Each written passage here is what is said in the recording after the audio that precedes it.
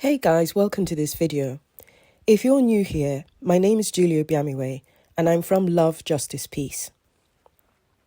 In the last few days, there's been a flurry of activity with some political big hitters calling for the release of Mazi Nnamdi Kanu. That's why in this video I'm posing the question, why are Peter Obi and others calling for the release of Mazi Nnamdi Kanu? Before we get stuck in, I would like to ask you a huge favour. Please like this video and subscribe to keep the channel growing and share it with your platform. Thanks very much.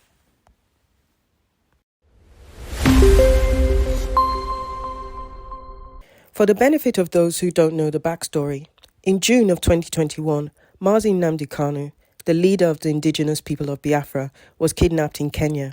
He was beaten, tortured, loaded onto an empty plane and flown to Nigeria. The Nigerian government then triumphantly released a trio of grainy photographs of Mazi Nnamdi Kanu wearing his now famous Fendi tracksuit and looking as though he'd been drugged. Many believed that the kidnapping was a collaboration between Nigeria, Kenya and Great Britain. Mazi Nnamdi Kanu has now been held in detention for over 3 years. The Biafra issue, like so many problems in Africa, can be traced back to colonialism by Britain. When the European powers divided Africa up during the scramble and partition of Africa, they split nations down the middle, and in other instances, they knitted together nations that had absolutely nothing in common. Africa's colonial masters have never cared about the discord that these artificial colonial boundaries have caused, and how these remain a source of endless problems across Africa. The colonial agenda then and now has always been a bid to extract African resources more efficiently. This is why Western policy on Africa makes no sense, because the underlying agenda has always been resource extraction.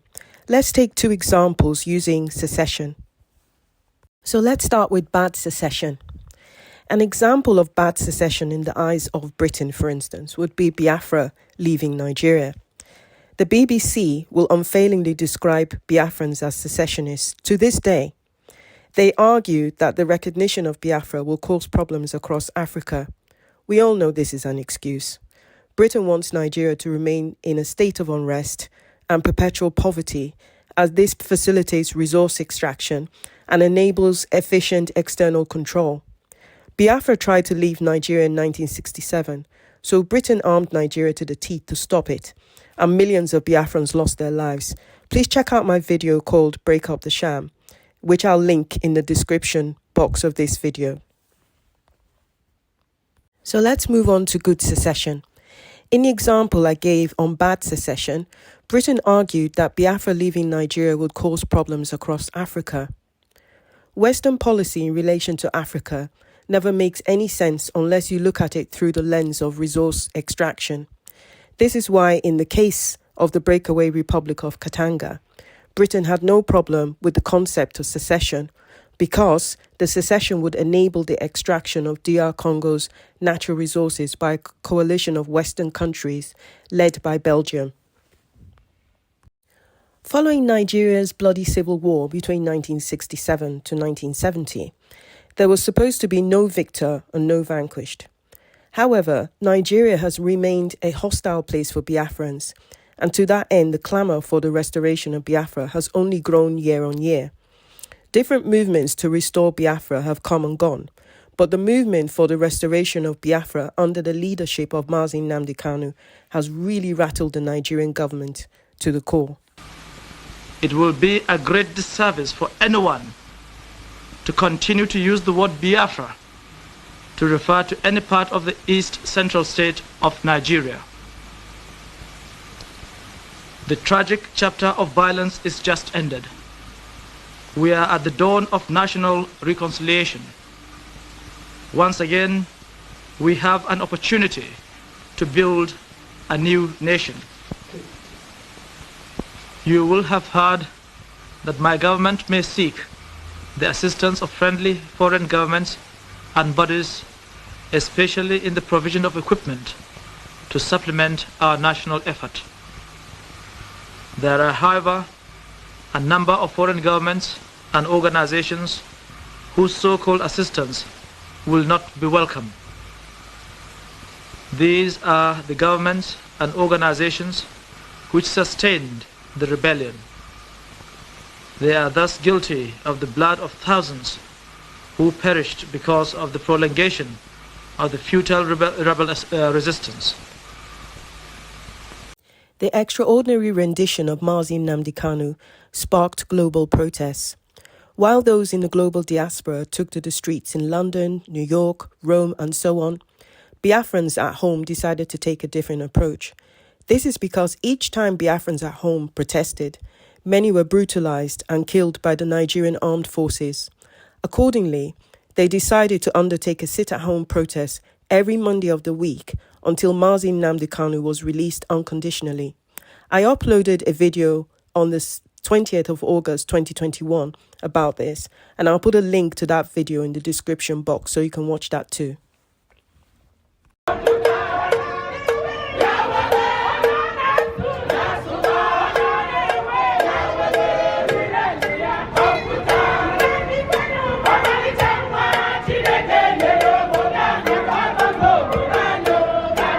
Let's talk about the advantages of the sit-at-home protests.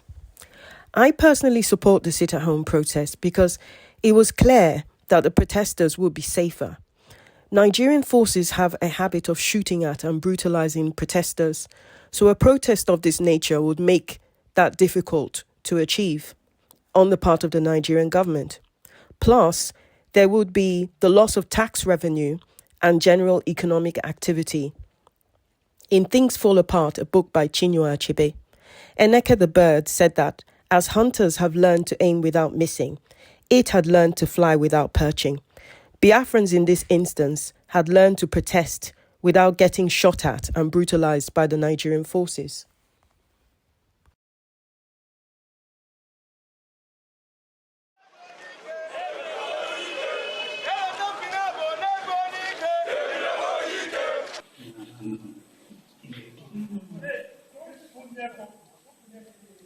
When they were packing the bodies of the people that they shot, they now came inside the gutter and see that I'm still alive. He began to pour me acid. He wanted to blind my eye, but I turned my face down on that gutter.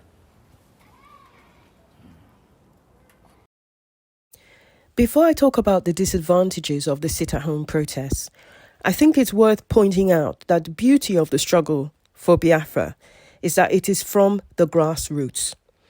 There is such a groundswell of support for the restoration of Biafra. This is why the movement keeps growing from strength to strength. Unfortunately, this does not carry through as thoroughly to the chattering classes. It's fair to say that Igbo business owners have been unhappy about the protests. There have been also complaints about extensions of the protest on specific days. The long and the short of it is that there's now a growing number of people that are fed up with the sit-at-home protests, and to that end they're calling for the release of Mazi Nnamdi Kanu.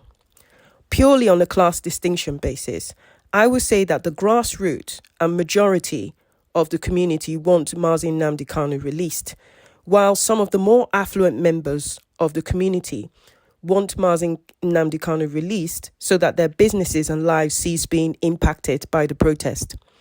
This is why a whole range of people are calling for the release of Mazi Nnamdi Kanu so the protests can stop, they can go back to their lives. Let's have a look at some of these personalities, starting with Peter Obi. Peter Obi is a former governor of Anambra State. He also ran in the presidential elections in Nigeria of 2023, and many people see him as the true winner that got robbed in typical Nigerian style. Government must obey the law. Rule of law is an intrinsic asset that we must cherish and live with. And I've said I'm going to discuss with every agitator.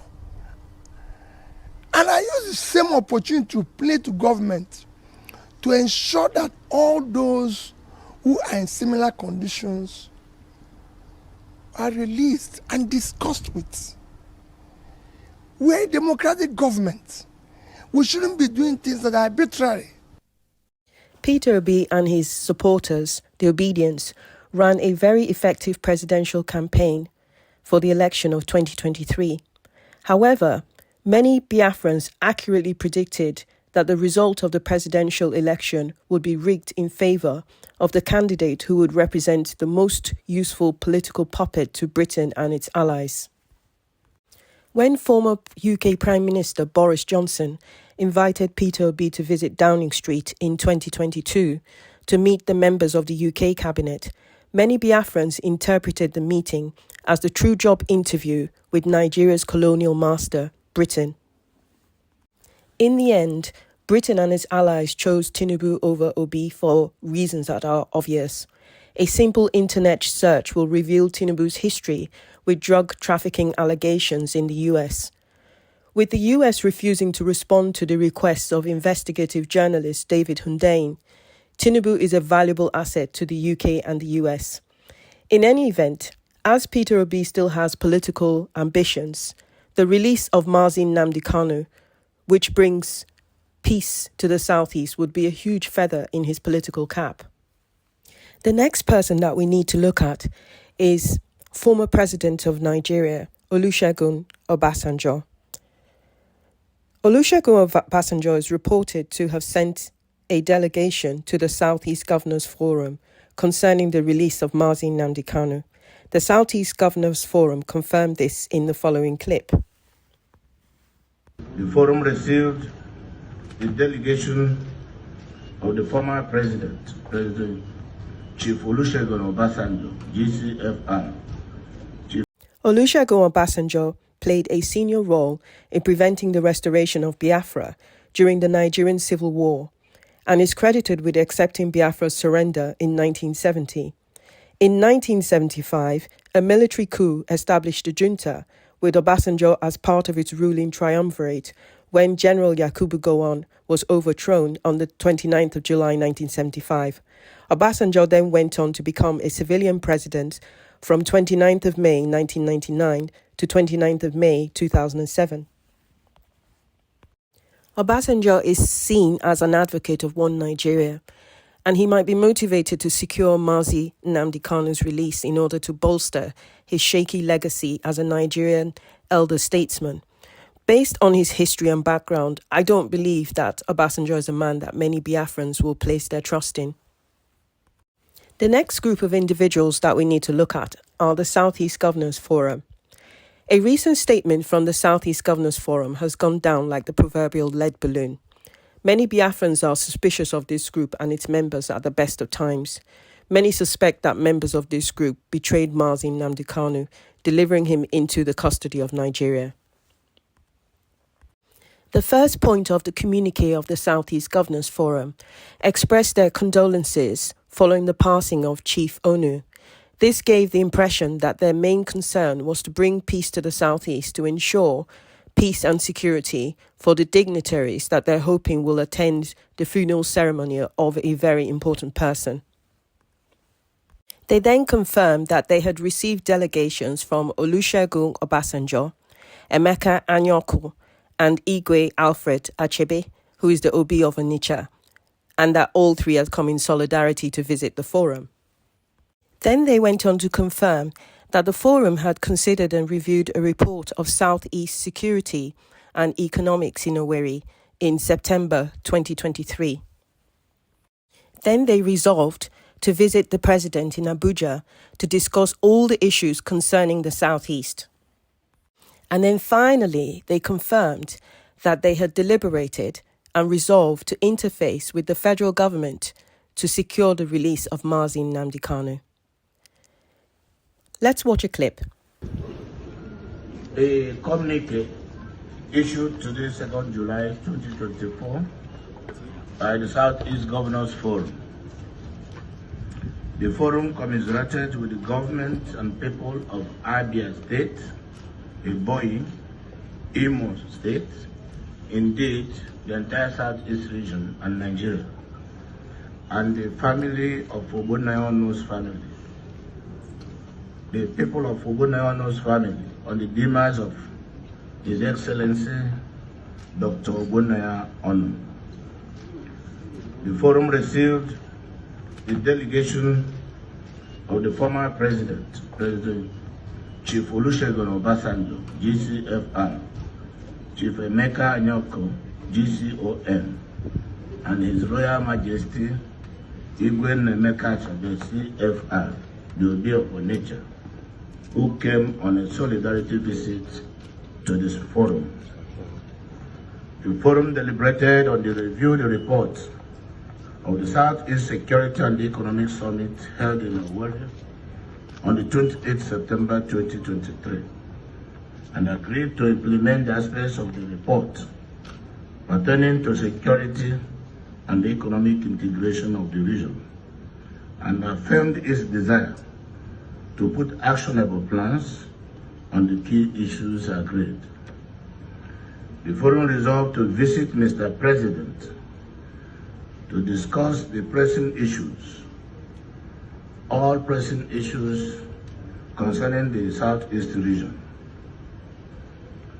The forum also deliberated and resolved to interface with the federal government to secure the release of Mazi Nnamdi Kanu, and the meeting adjourned whenever. As I've already explained, the Southeast Governors Forum is not trusted by the grassroots of Biafra. But there is one more person that we need to discuss, and his name is Senator Abaribe, Senator Enyanya Abaribe. Once again, by way of context, I need to say that on the 14th of October 2015, Mazi Nnamdi Kanu was arrested in Lagos by Nigeria's secret police, the Department of State Services, i.e. the DSS. He was in a hotel room at the Golden Tulip Essential Hotel in Ikeja, Lagos. Mazi Nnamdi Kanu's solicitors reported that his whereabouts were unknown until the 18th of October 2015, when the media broke the news of his arrest and detention in Abuja. Mazi Nnamdi Kanu is reported to have disappeared from public view after his home was raided by the Nigerian military in September of 2017, an event which led to the deaths of 28 members of IPOB. It was Senator Abaribe who bailed out Mazi Nnamdi Kanu after his detention in October 2015, and to that end, Biafrans place more trust in him than any of the other people that we've discussed so far. Senator Abaribe is arguing, in effect, that President Tinubu should release Mazi Nnamdi Kanu on the basis that criminal elements have infiltrated the protest and are taking advantage of the sit-at-home protest to attack innocent people and perpetrate crimes. To that end, releasing Mazi Nnamdi Kanu will take away the excuse of these criminals and bring peace to the Southeast. Let's listen to the statement from Senator Abaribe. This is the members of the Southeast Senate Caucus. And we are here to see the Attorney General of the Federation and Minister of Justice on a very, very important matter to the people of the Southeast. It's the matter concerning Mazi Nnamdi Kanu and the continued legal wranglings concerning his incarceration. The Southeast Senate Caucus, just like the rest of the members of the Southeast, put the business leaders, the clergy, the political people, and everybody in the Southeast are all very worried about it, knowing that that has been the fulcrum, I would say, for what is going on in the Southeast regarding the insecurity. All the criminals and all the people going around causing mayhem in the Southeast have all said that it is because Mazi Nnamdi Kanu is being held. We know that this is not the truth. It's just that we have gotten to the point where people are now hijacking a legitimate call for his release and turning it into something that has led to deaths and destruction of properties and so many other undescribable mayhem that is going on in the Southeast. And so we came to meet with the Minister of Justice and Attorney General because we know that at the end of the day, everything that happens in the in the legal scheme will eventually come to his office. And we came to appeal to him to help us to let Mr. President know that all leaders of the Southeast feel that the release of Mazi Nnamdi Kanu will help in dousing all the tensions and everything that is going on in the Southeast. And we are very, very certain that his duty as the Attorney General also gives him the powers of nolle prosequi, the powers of making sure that litigation don't continue and the sufferings of the people of the Southeast continue. That is the essence of why we came here. And I think you know also, I think it's also clear that several different groups in the Southeast, including the Southeast governors who met yesterday, have all been making exactly the same type of plea. And we think that this will help us to bring to an end all the insecurity problems going on presently. The focus met with Mr. Kanu to know whether it is willing to accept either conditional relief or no. Yes, on behalf of the caucus, I met with Nnamdi Kanu myself on behalf of the rest of the caucus on Monday. Today is Wednesday. We met with him between 2 p.m. and 3 p.m. on Monday, and he is very, very supportive of this, our plea to the President and of the Federal Republic of Nigeria.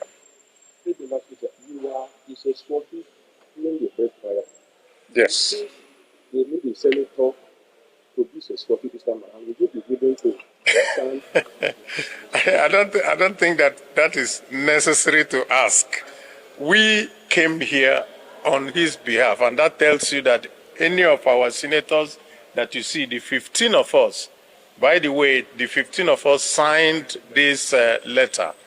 A few of us are not here just for reasons of logistics and all that, some are also not. But we all signed the letter, and you will also have a copy of the letters that we did. So any senator in the Southeast is very willing. The governors are willing.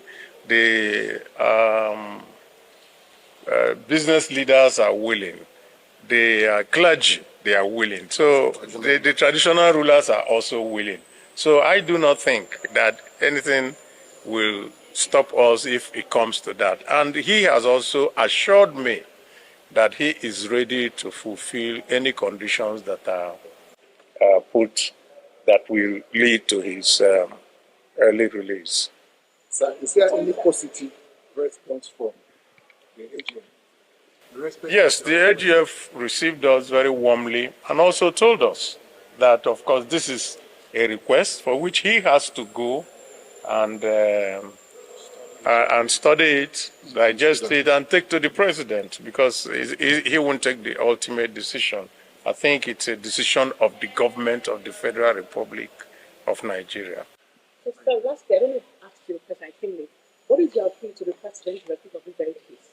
The appeal is that this matter cannot be resolved legally, and if we continue with the legal wrangling, that it will continue to cause the insecurities, because the legitimate demands has been hijacked by criminals, undesirables, and all manners of elements who have used it to perpetrate their own nefarious deals on the rest of the people of the Southeast. Nobody in the Southeast likes what is going on.